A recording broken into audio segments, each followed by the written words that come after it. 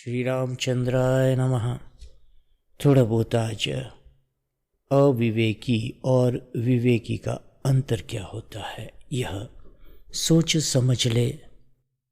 जो बालक होता है, जो बाहर दिखने वाली चीज़ें हैं, विद्यमान चीज़ें हैं, भोग्य पदार्थों की ओर दौड़ते हैं, उनका पीछा करते हैं, वे चारों ओर फैले हुए मृत्यु के फंदे में फंस जाते हैं। ऐसी छोटी बुद्धि वाले, बालक बुद्धि वाले और जो धीर पुरुष है, वे अमृत को जानकर संसार के विनश्वर, नाश होने वाले, जो कभी टिकते नहीं, ऐसे पदार्थों में जो इंद्रियों से मालूम पड़ते हैं, इनमें ये अविनाशी वस्तु की आकांक्षा नहीं करते हैं। जो छोटे बच्चे होते हैं वे बचपन में क्या करते हैं? बचपन में हम लोग क्या करते थे कि चिड़िया जब दाना चुगती तब चुपके चुपके पांव दबाकर उसको पकड़ने के लिए चलते, पर जब पास जाते और गड़ाप से पकड़ने का समय आता तब तक वह उड़ जाती, तब हम रोने लगते थे। कितनी बार खिलौनों के लिए रोए होंगे, कितनी बार तस्वीर के लिए रोए होंगे, कितनी बार मिठाई के लिए रोए होंगे, कितनी बार बड़े लोगों ने लालच देकर कि हम तुमको मिठाई देंगे, नाचो, नचाया होगा, कितनी बार लालच देकर गवाया होगा। तो ये छोटी छोटी भोगों की लालसा से आबद्ध घिरे हुए होकर के बालक जैसे होते हैं, उस तरह इधर उधर दौड़ते हैं। बुद्धिमान, प्रज्ञावान, श्रेष्ठ पुरुष ऐसा नहीं करते, उनका यह लक्षण नहीं है। तुम्हारी यह दौड़ धूप किस कारण से है? दौड़ धूप माने केवल पांव से चलना नहीं, यह जो इंद्रियों की, मन की, बुद्धि की भाग दौड़ है, उसका जो प्रेरक तत्व है।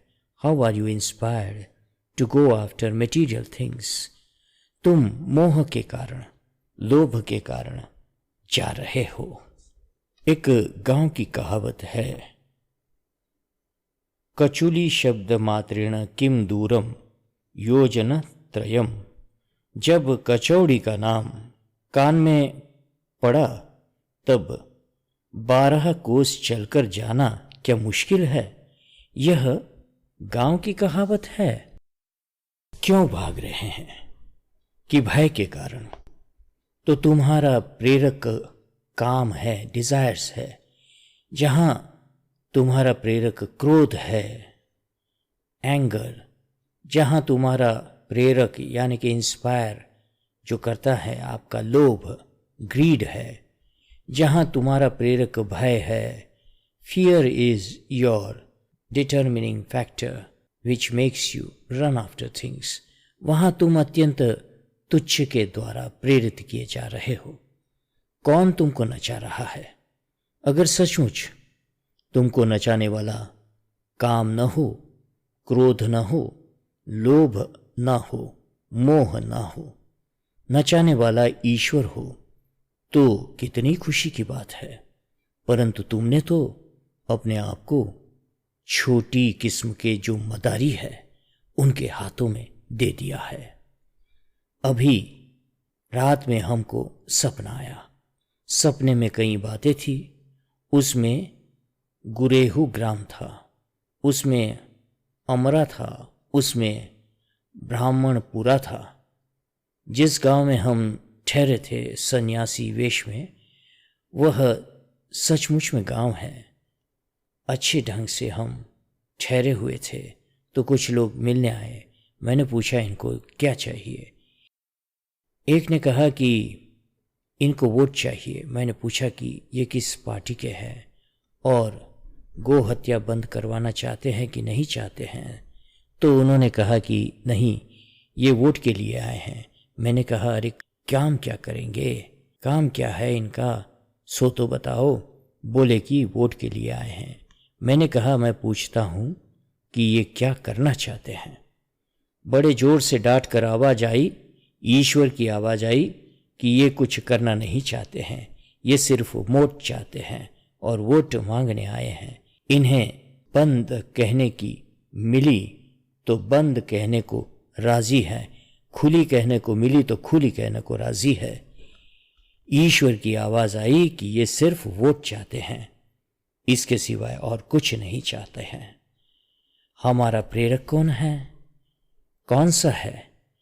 केवल स्वार्थ। न कोई धर्म, न कोई सिद्धांत, न कोई सेवा, न कोई समाज, न कुछ, केवल व्यक्तिगत सुख, केवल व्यक्तिगत स्वार्थ, केवल व्यक्तिगत भय। इससे मनुष्य प्रेरित हो रहा है। तो यह कोई बड़े बूढ़े का, बुद्धिमान प्रज्ञावान का लक्षण नहीं है, यह बालक का, बच्चों सा लक्षण है। और तो ऐसे लोगों की दशा क्या होती है? What is the outcome and what is the ultimate result of such people? तो बोले कि मौत ने एक जाल फैला रखा है। बहेलिया लोग जाल फैलाते हैं गांव में, चिड़िया फंसाने के लिए, मछली फंसाने के लिए।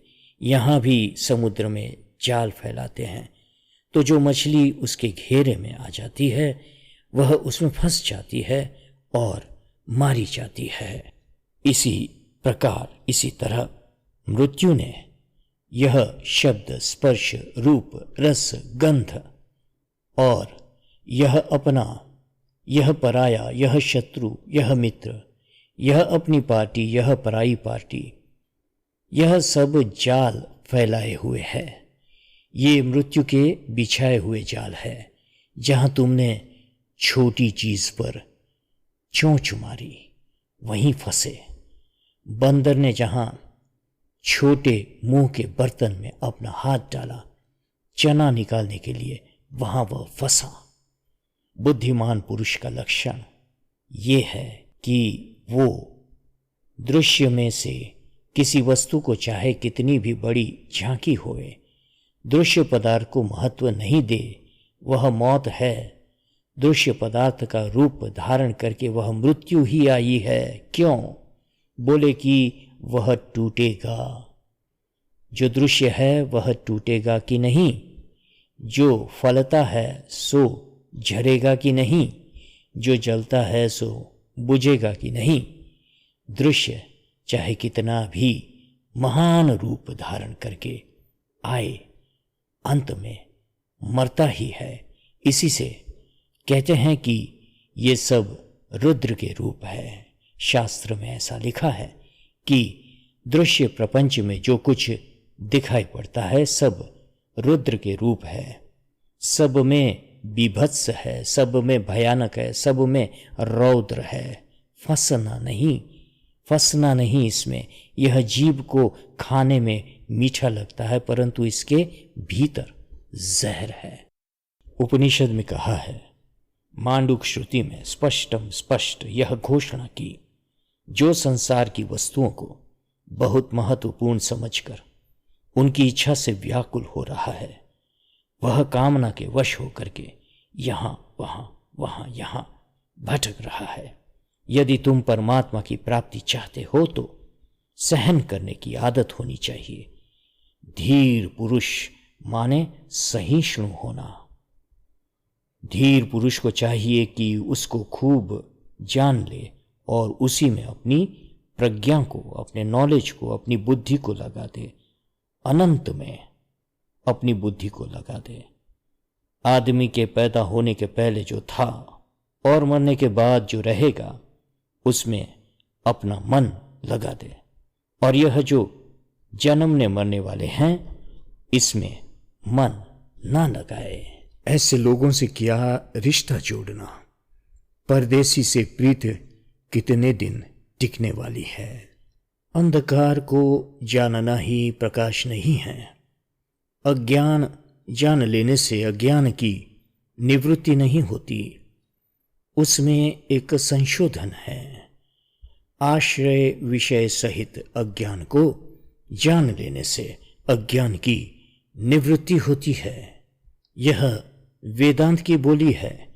आश्रय विषय सहित माने अज्ञान जिसके बारे में है वह तो अज्ञान का विषय हुआ, और जिसको है वह अज्ञान का आश्रय हुआ। तो यदि आप अज्ञान को इस ढंग से समझे कि वह किसको है और किसके बारे में है, और यह समझे कि जिसको है उसी के बारे में है, तो अज्ञान निवृत्त हो जाएगा। माने अज्ञान का आश्रय भूत आत्मा और विषय भूत ब्रह्म, इन दोनों की एकता के ज्ञान के सहित जब अज्ञान को जानते हैं तब अज्ञान मिट जाता है। और अच्छा कहीं अखबार में या किताब में पढ़कर आएंगे कि अज्ञान को जानना ज्ञान है, और उसको रट लेंगे कि हा बहुत बढ़िया बात है। तो बात तो बहुत बढ़िया है, लेकिन समझदारी के साथ उसका कोई रिश्ता नहीं है। माने सामान्य लोग जिस ढंग से सोचते हैं, वेदांत की विचार शैली, वेदांत की पद्धति उससे थोड़ी अलग है, विलक्षण है। घट का यानी कि घड़े का यदि आपको अज्ञान है, तो आप जब घट को यानी घड़े को जानेंगे तब घट का अज्ञान मिटेगा, घट के ज्ञान से घट का अज्ञान मिटेगा। लेकिन चूंकि अपनी अद्वितीयता के अज्ञान से ही आप अपने को जीव मान रहे हैं, इसलिए जब अपने आप को अद्वितीय ब्रह्म रूप जानेंगे तब आपकी यह जीवपने की भ्रांति मिटेगी और तब ज्ञान होगा।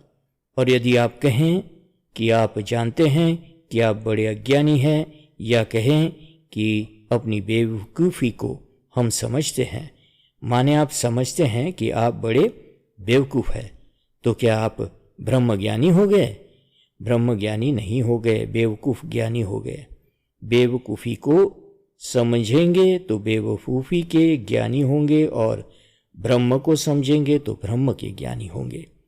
यह आपको इसलिए बताया कि जो लोग परंपरा से वेदांत का अध्ययन नहीं करते हैं, वेदांत का स्वाध्याय नहीं करते हैं, वे लोग छिट-पुट बातें सुन सुनकर उसको रट लेते हैं।